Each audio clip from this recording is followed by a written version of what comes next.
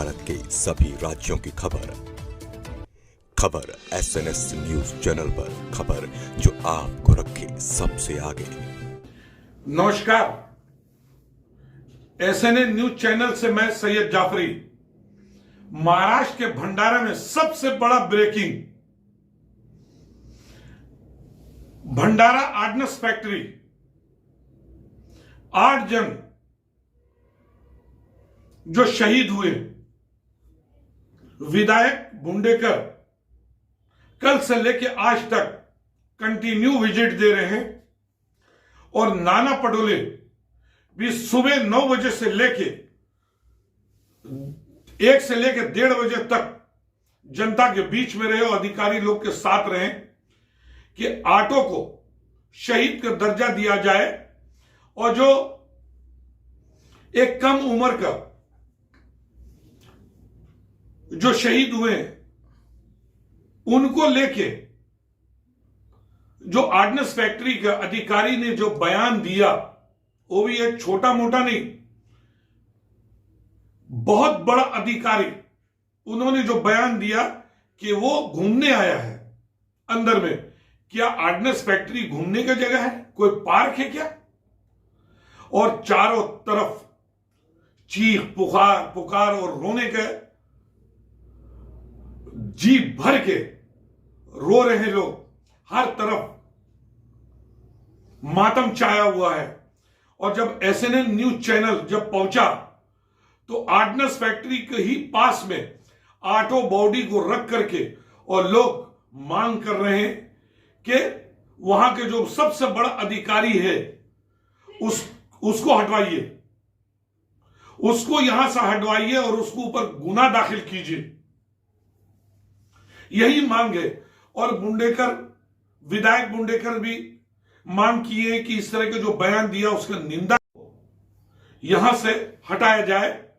और नाना पटोले भी यही बयान दिए SNA न्यूज चैनल को। और कल से अभी तक SNA न्यूज चैनल सच्चाई दिखा रहा है कि कितना मरे और कैसे चीख पुकार हो रहा है। और पूरे महाराष्ट्र में इसको दुख का लहर छाया हुआ है। लेकिन सेंट्रल से लेके स्टेट तक और यहां के जो आर्डनेंस फैक्ट्री का अधिकारी है, एक अभी तक बयान जारी नहीं किया कि क्या मुआवजे दिया जाएगा, क्या उन लोग के मृतक लोग को नौकरी दिया जाएगा या उन लोगों को शहीद का दर्जा दिया जाएगा और एक जांच बैठाया जाएगा। कोई स्टेटमेंट नहीं आया। लेकिन पूरा भंडारा जिला एक दुख के माहौल में है कि इतना 8 लोग शहीद होने के बाद एक स्टेटमेंट नहीं आया है। यही है भंडारा का हाल। SNA न्यूज चैनल से मैं सैयद जाफरी, भंडारा। 2 मिनट बाद में करो, पहले बॉडी की तरफ यहाँ पे बहुत दूर है ना।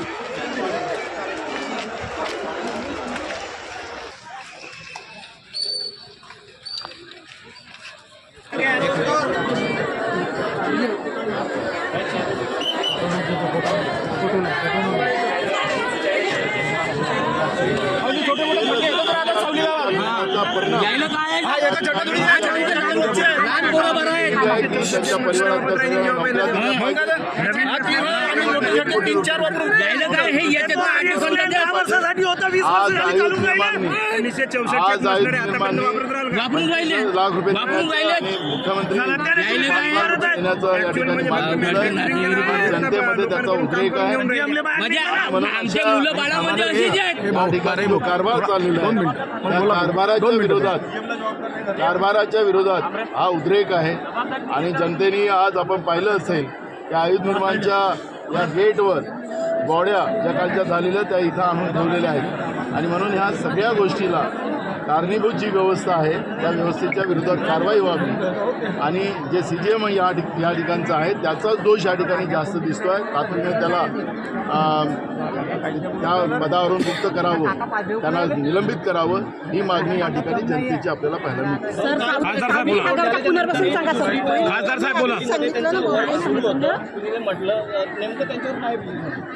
हा जो CGM नावाचा प्राणी या ठिकाणी आहे, त्या ठिकाणी घटना जेव्हा 10:30 वाजता ही झाली, त्या ठिकाणी बाकी युनिट त्यांनी बंद करायचं होतं आणि तिथली लोक सेफ्टीच्या दृष्टिकोनातून बाहेर काढायला पाहिजे होती, पण यांनी त्या ठिकाणी काम चालू ठेवलं. तिथल्या कर्मचाऱ्यांनी सांगितलं की इथं स्फोट झालेला आहे, इथं धोका निर्माण झालेला आहे, कारण की ही स्फोटक व्यवस्था आहे, RDX या ठिकाणी बनते. पण CGMनी सांगितलं काही हटायचं नाही, तुम्ही काम करा, नाही काम केलं तर तुम्हाला नोकरीतून काढून टाकेल, या पद्धतीची धमकी त्या ठिकाणी दिली. माणुसकीला लाजवेल अशा पद्धतीचं या ठिकाणी जो CGM नावाचा व्यक्ती बसलेला आहे त्यांनी पाप केलेलं आहे.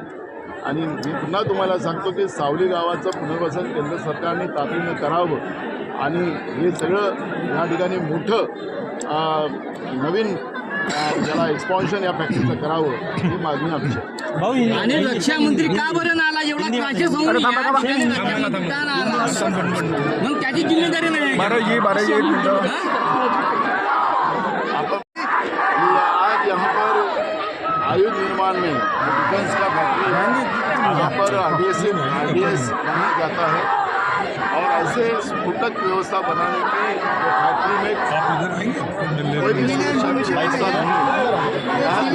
जान निर्दोष लोगों की जान सस्ती हो चुकी है.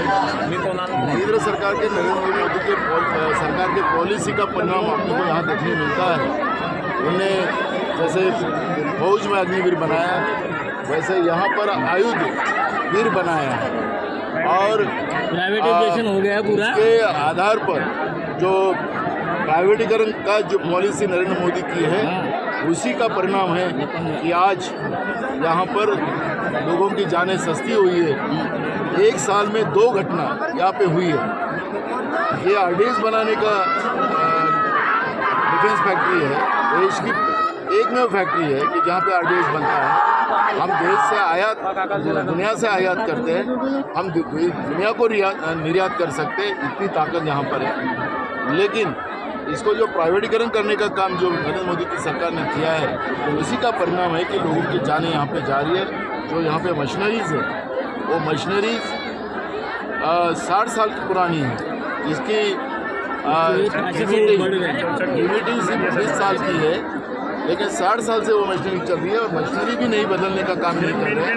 बाजू में जो सावली गाँव है वो गाँव का पुनर्वसन करने की मांग की है और इस एरिया को पूरा कवर करके यहाँ पे एक्सपांशन करके यहाँ के लोगों को रोजगार भी दिया जाए. और सावली गाँव को जो बार बार खतरा इस फैक्ट्री की वजह से पैदा हो चुका है.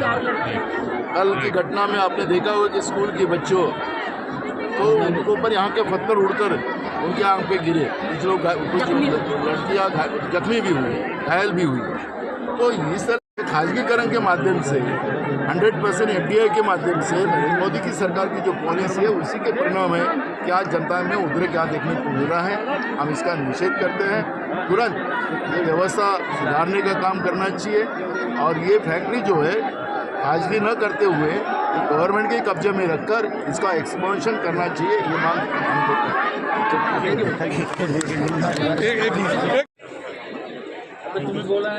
विधायक साहब, कल जो हादसा हुआ ये एक बहुत बड़ा दुखद है पूरे देश में.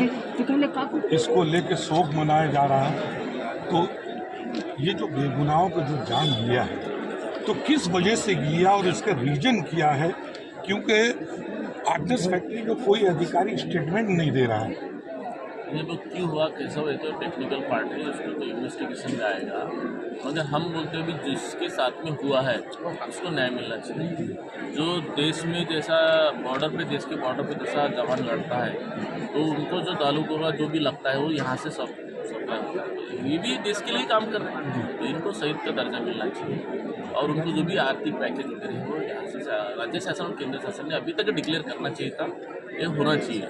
तो और उनको नौकरी देना चाहिए. और ये आजू बाजू के गाँव वाला का कहना है कि भाई बार बार होता है. अभी 4 लड़की कल जाते जाते उनको भी इंजर्ड हुए हैं, तो उनको भी इन्हें डर है क्या गाँव वालों को, तो भी उनको भी एक पुनर्वसन पैकेज से देना चाहिए. तो ये सारी बातें बड़े स्तर पे होना चाहिए. और ये GM में कोई क्षमता नहीं है. GM बोल रहा है कि भाई वो जो ट्रेनिंग वाला है, वो अप्रेंटिस वाला, वो लड़का घूमते घूमते गया है. ये बोलने की बात है. इसके वजह से, ऐसे अधिकारी की वजह से ये प्रॉब्लम क्रिएट और बढ़ गया है. तो ऐसे को तो तुरंत यहाँ से भगा के एक बड़े स्तर के अधिकारी के में ये लगाना चाहिए. सबसे पहले तो हमारा चैनल आपका धन्यवाद करता है. जब हादसा हुआ तो आप वहाँ पहुँचे कर, लेकिन इतने बड़े बड़े राजनेता नागपुर से लेके बम्बई से लेके भंडारा तक कोई आया नहीं, और फिर ये जीएम का जो स्टेटमेंट है ये तो एक बहुत बड़ा शर्मनाक वाला स्टेटमेंट है। 8 लोग की जान गया है, 8 लोग, और 5-6 लोग मौत और जिंदगी के मुंह से जूझ रहे हैं। अगर पूरन बसंत चाहिए तो देने चाहिए उनको, क्योंकि लोग की जान खतरा पर है वहाँ पर। एटलीस्ट इसके हाथ में जो है वो करना चाहिए। अगर वो सब करने के बजाय अगर ऐसे स्टेटमेंट देते होंगे तो गलत है, निंदनीय है, उसका हम निश्चित करेंगे। तो आप आगे अपनी सरकार से बात करेंगे? बिल्कुल बात करेंगे।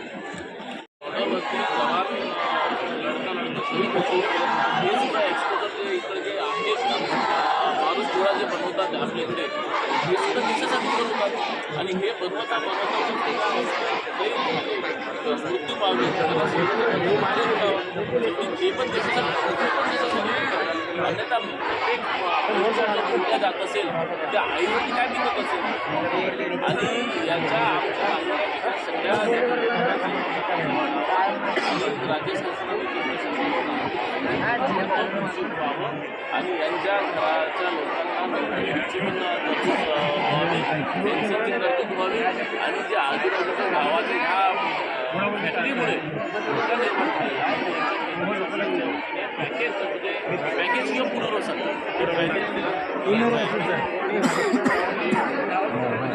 मी बाळासाहेबांचा कार्यकर्ता आहे. बाळासाहेबांनी शिकवलेला जिथे अन्याय झाला तिथे आपण धावायला पाहिजे, आणि मी सत्याच्या विरोधात म्हणून नाही आहे, जनतेसोबत आहे.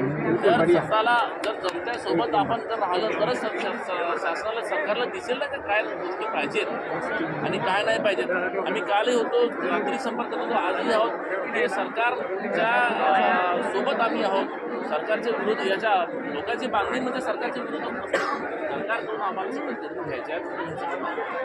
SNN न्यूज चैनल से बहुत बड़ा ब्रेकिंग, 8 जान को गंवाना पड़ा, लेकिन यहाँ के अधिकारी और सेंट्रल से लेकर स्टेट तक जितने भी राजनेता लोग हैं, एक भी स्टेटमेंट अभी तक आया नहीं, चाहे वो कितना बड़ा सा नेता हो या अधिकारी हो। 8 जान जाने के बाद यहाँ के जो आर्टिस्ट फैक्ट्री के जो GM हैं, उनके बयान सुनने से ऐसा लगता है कि वो एक क्वालिफाइड आदमी नहीं लगते, अनपढ़ लगते हैं। कि जो बच्चा मरा है उसके बारे में बयान दिया कि वो ऐसे ही घूमने गया है। क्या वहाँ से यहाँ तक आपके 1000 कम से कम सिक्योरिटी है, और क्या आर्टिस्ट फैक्ट्री के अंदर में कोई घूमने जाता है? और 24 घंटे हो गया, अभी तक कोई स्टेटमेंट सामने आया नहीं कि इन लोग को नौकरी मिलेगा, इन लोग को पैसा मिलेगा, और जो गांव के जान खतरे पर है वो गांव हटेगा कि नहीं हटेगा, इसका भी बारे कोई बयान नहीं है। और हमारे साथ खुद भंडारा जिले के परमानंद मिश्राम जुड़े हैं। परमानंद जी, ऐसा नहीं लगता है कि महाराष्ट्र के भंडारा में सबसे बड़ा हादसा, लेकिन सेंट्रल से स्टेट तक एक भी बयान नहीं आ रहा है अभी तक? बड़ी शर्मनाक की बात है साहब। और आपने जो कहा कि ये लड़के मरे, ये मरे नहीं है। अगर पुलिस वाले वहाँ गड़चुरी लेते, अगर नक्सलवादी के साथ में लड़ते हुए अगर लड़ते और मर जाते तो शहीद कहा जाता है। ये तो लड़के देश के लिए RDX का पाउडर बना रहे हैं ना, ये शहीद नहीं हुए जी। पहली बात तो यह है कि तुमने इनको आदमी समझा है कि जनाब, नंबर 1। नंबर 2, गलती किसकी है? तो गलती CGM की है। गलती CGM की इसीलिए है कि वहाँ पर जो लड़का मरा हुआ है, जो अप्रेंटिस जिसको कहा जाता है, वहाँ अप्रेंटिस को वहाँ काम पर लगाया नहीं जाता।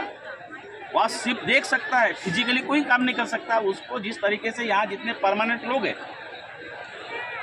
उनके बराबर से, उनसे कतई ज़्यादा उनको लड़का मरा हुआ है। ये CGM बेवकूफ़ जो कह रहा है कि वो लड़का घूमने गया था, साले घूमने गया था तो अंदर कैसे गया?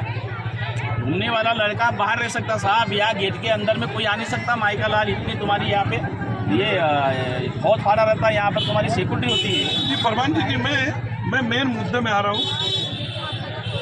इतना बड़ा हादसा होने के बाद अभी 24 घंटे से ज़्यादा हो गया, सेंट्रल से लेकर स्टेट तक एक बयान तक जारी नहीं होता है। तो मैं कह रहा हूँ कि ये सोची समझी चाले साहब। सेंट्रल गवर्नमेंट को ये फैक्ट्री है अपने दोस्त को बेचना है, ये अदानी को बेचने की साजिश तो नहीं चल रही है। इसकी संख्या ये शक है मुझ पर, ये इनके ऊपर में मेरा, और करके इन लोगों को जानवर जैसी ये बर्ताव हो रहा है। और ये शहीद हुए हैं 8 लड़के, अभी तक के किसी भी सेंट्रलाइज मिनिस्टर का किसी यहाँ के जवाब जिम्मेवार आदमी का और यहाँ के जिम्मेवार जो अपने आप को जो कह रहा है सीजीएम जो क्या सीजीएम वगैरह सीएमडी होगा, जो भी यहाँ के अधिकारी होंगे, तो मैं बता रहा हूँ जितनी बातें यहाँ चल रही है कि इनको 25 लाख देंगे, 30 लाख देंगे, ये सब मॉब है करके दिखाया जा रहा साहब। ये जिस दिन मॉब यहाँ से हट जाएगा, यहाँ से 25 पैसे इनको नहीं दिया जाएगा। नंबर 1, इनको क्या एतराज़ है?